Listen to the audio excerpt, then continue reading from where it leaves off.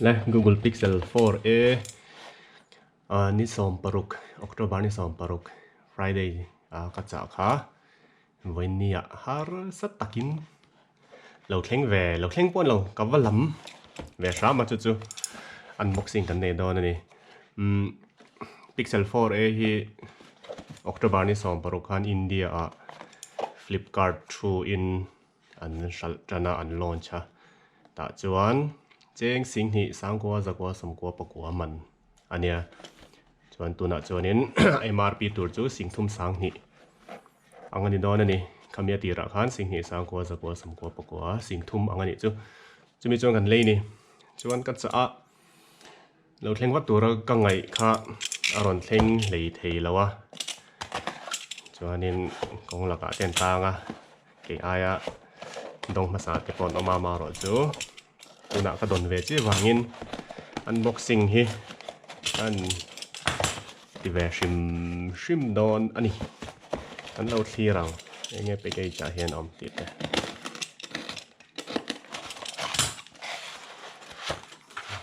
ani he kan da si ha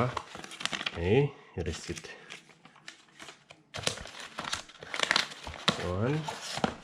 mom hi chu da thlatai la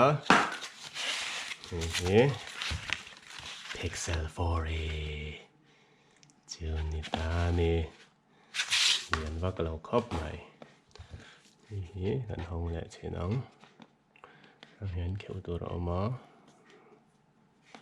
lai po hi kheu tur lo om le Pixel 4a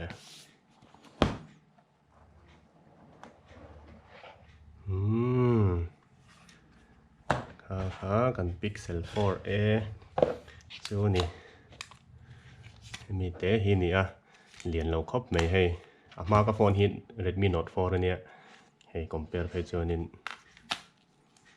sin zok te zok ani mo ku ta leng vel chi chi ni hi Pixel 4a body kha ni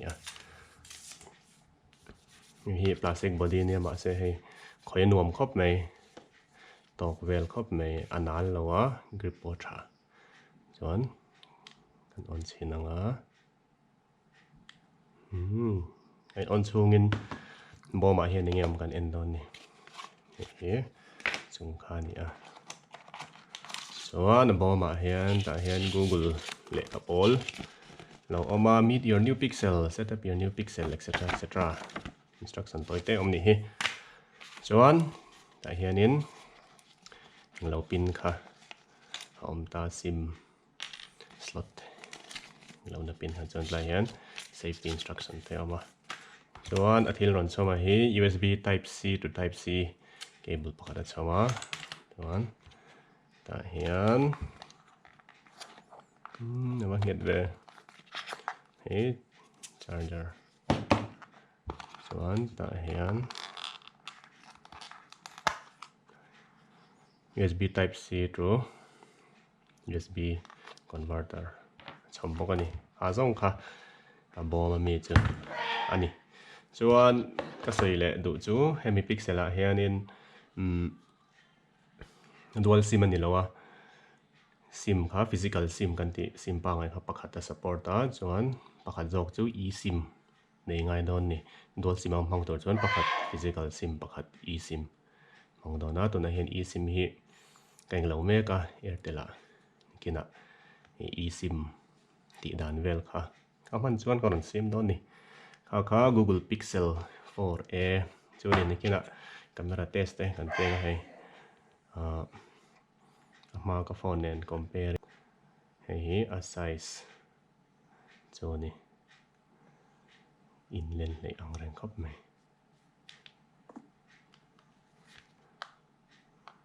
hei Redmi Note 4 sang hi som pasaria mi kha ni black variant kha chuan Google Pixel 4a chu variant ran om lo dum tok hi ni kha Google Pixel 4a chu ni ti zong kha unboxing chu ni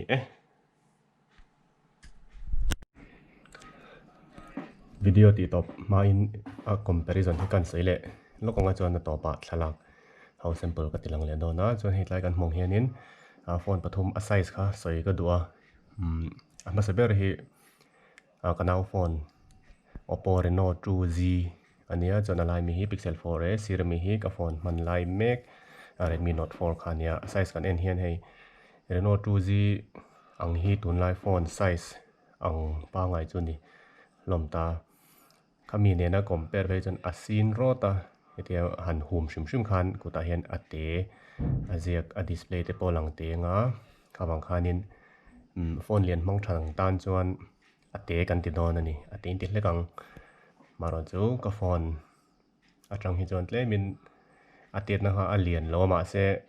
centimeter khat velin hei a hlai zong mo hi te a chuan chuanin phone hlai screen hlai en thang tan chuanin ate khat lai kha drawback angin a soi thei ni chuan thalak kan enanga hengho hi kan thalak chin ania hei hi apa ngai thalak te ania chuan hei hi selfie camera thalak chin ania chuan night sight hengho hi night sight ho kha zana hian khaw hi thima chhum paw zinga zanin hi chu ti hian kala hei hi Pixel 4a night sight camera lak dan nia RC vel pawh kha lakan tuma se chhum zin miau wangin ka titel talo ani kha zong kha unboxing le tlem te review angani chu bye bye